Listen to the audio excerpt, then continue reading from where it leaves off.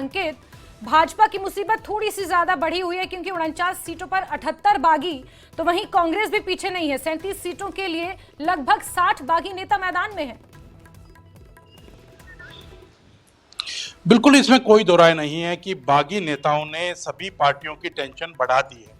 और जहां से दोनों जो राष्ट्रीय पार्टियां हैं, भारतीय जनता पार्टी और कांग्रेस पार्टी, उनकी जहां टेंशन बढ़ा दी है, वहीं आम आदमी पार्टी की बात करें या इंडियन नेशनल लोकदल की बात करें या जननायक जनता पार्टी की बात करें, तो उनकी कहीं ना कहीं बल्ले बल्ले है। उनकी बल्ले बल्ले इसलिए है कि जहां जो भी यहाँ से कोई बागी हुए हैं, वो काफी लोग ऐसे भी हैं जिन्होंने इंडियन नेशनल लोकदल की टिकट ले ली है और चुनाव लड़ रहे हैं, या फिर आम आदमी पार्टी की टिकट ले ली है, चुनाव लड़ रहे हैं, या जननायक जनता पार्टी की टिकट ले ली है और चुनाव लड़ रहे हैं। तो कहीं ना कहीं वो मजबूत नेता हैं अपने अपने इलाके के, और वो इन पार्टियों के ऊपर जब चुनाव लड़ रहे हैं, इन पार्टियों के निशान पर जब चुनाव लड़ रहे हैं, तो कहीं ना कहीं इन पार्टियों को फायदा हुआ है और इनको मजबूत साथी मिले हैं। वहीं अगर बात की जाए बीजेपी की और कांग्रेस की, तो बीजेपी और कांग्रेस के लिए जरूर खतरे की घंटी है। और जब चुनाव शुरू हुआ था तो उस समय अंदाजा यही लगाया जा रहा था और राजनीतिक हलकों में यही चर्चा थी कि अब की बार सीधा मुकाबला होगा बीजेपी और कांग्रेस का, और जो नतीजे निकल करके आएंगे वो बीजेपी के पक्ष में आएंगे या कांग्रेस के पक्ष में आएंगे, दोनों में से एक के पक्ष में आएंगे, एक की सरकार बनती हुई नजर आएगी। लेकिन जब नामांकन की प्रक्रिया खत्म हो चुकी है तो उसके बाद अब साफ नजर आ रहा है कि सरकार बनाने के अंदर जो महत्वपूर्ण कड़ी होगी वो निर्दलीय उम्मीदवार, निर्दलीय विधायक होंगे।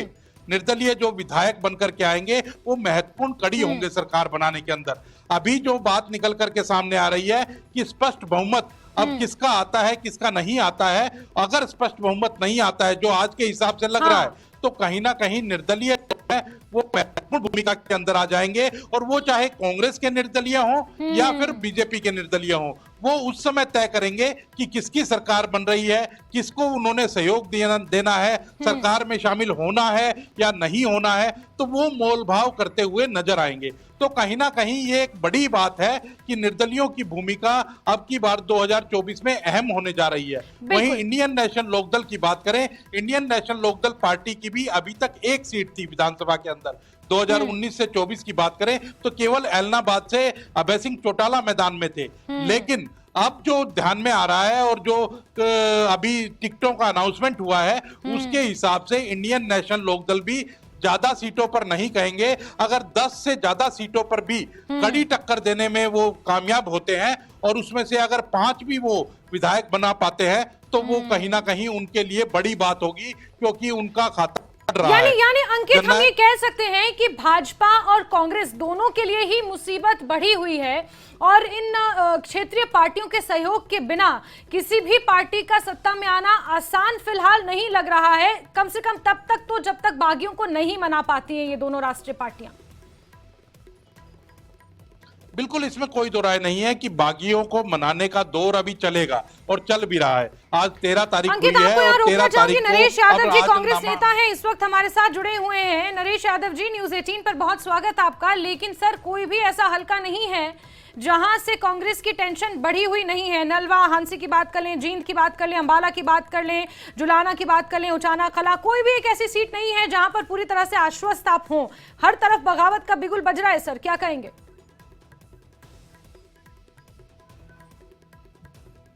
के अंदर टिकट दी गई है, वो जनताओं की भावनाओं के अनुरूप टिकट नहीं दी गई है।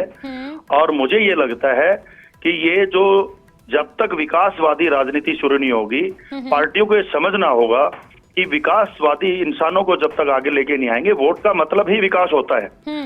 और कहीं ना कहीं ये चूक पार्टी से हुई है, और मैं जरूर कहूंगा कि ऐसे मंथन पार्टी को टिकट देते हुए जरूर करने चाहिए। नरेश यादव जी, आप भी इंडिपेंडेंट चुनाव लड़ रहे हैं और आप ये मान रहे हैं ऑन एयर कि कांग्रेस पार्टी से चूक हुई है, तो ये तो मैसेज जा रहा है ना डायरेक्ट जनता के बीच। जी बिल्कुल बिल्कुल जा रहा है। जनता का बहुत बड़ा विरोध हांसी के अंदर हुआ है कि जो जेजेपी से आए नेता को टिकट दी है, ये बिल्कुल जनता के खिलाफ गई है चीज। जनता स्पष्ट एक था कि किसानों की जो मांग थी, उस मांग को स्पष्ट तौर से पार्टी इग्नोर किया, पार्टी ने, जिसका खामियाजा आज पार्टी को भुगतना पड़ रहा है।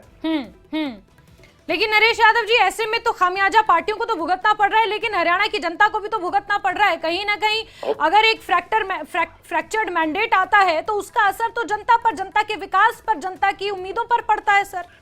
ऑब्वियसली पड़ता है। तभी पार्टी को सोचना चाहिए कि जब हमारा ये एजेंडा आया था, जब हमने पार्टी ज्वाइन की थी, ये बात हुई थी कि जेजेपी और बीजेपी की पार्टी के आए हुए नेताओं को टिकट नहीं दिया जाएगा, और किसी का कोई मतलब उस बात पे रखी ही नहीं गई वो बात। आज उस बात को मतलब इग्नोर करके और जेजेपी से 3 महीने पहले आए कैंडिडेट को पार्टी ने टिकट दे दिया, जबकि बहुत से पुराने कांग्रेसी भी इस पार्टी में लंबे टाइम से मेहनत कर रहे थे, जिन्होंने दरिया बिछाई उनकी पूछ ना करके, और जेजेपी से आए नेता को टिकट दे दी पार्टी ने।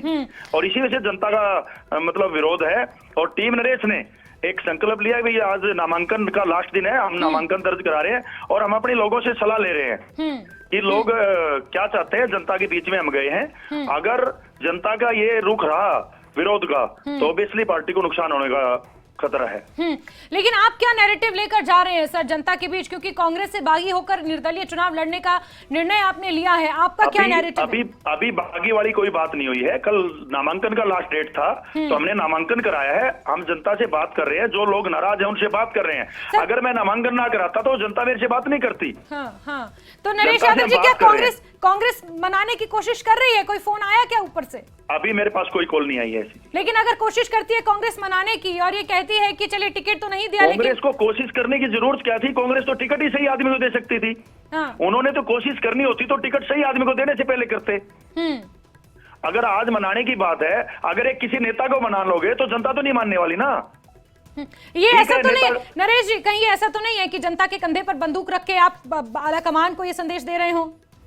ऐसा है, किसी आला कमान को कोई कार्यकर्ता नेता की हिम्मत नहीं है कि वो संदेश दे।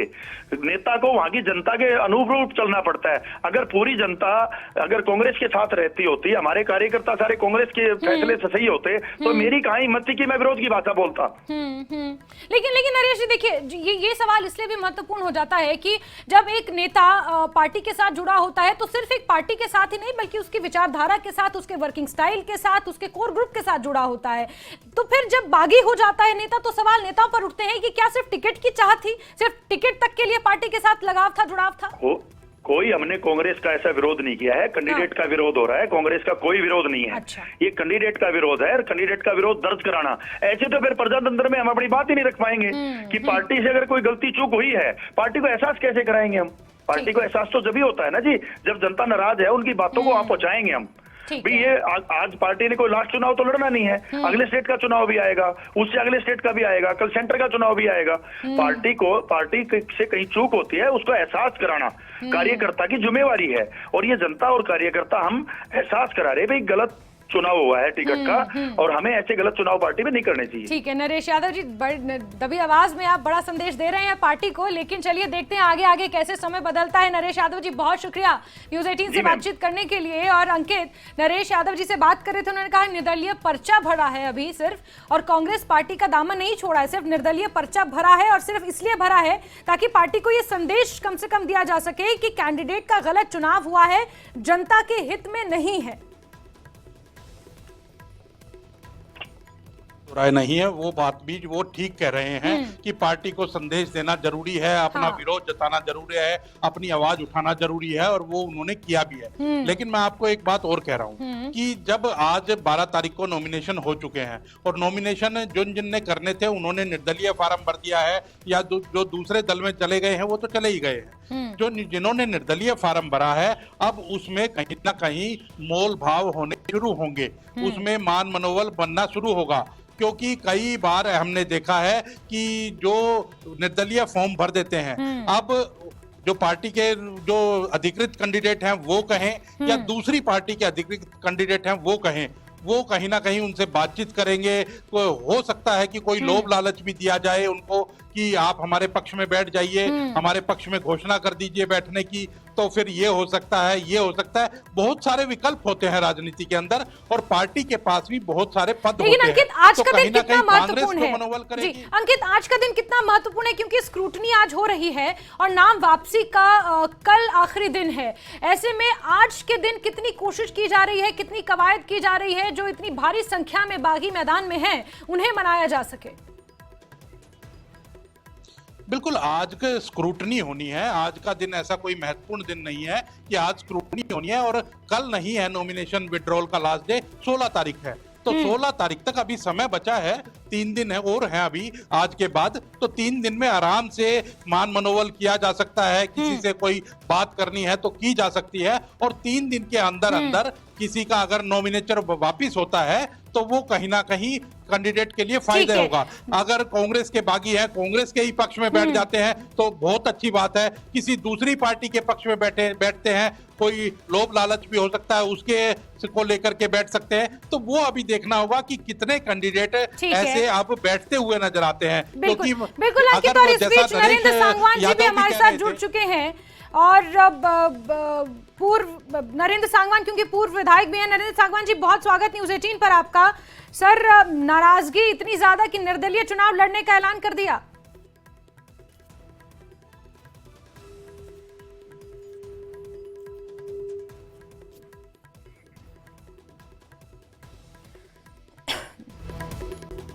तो नरेंद्र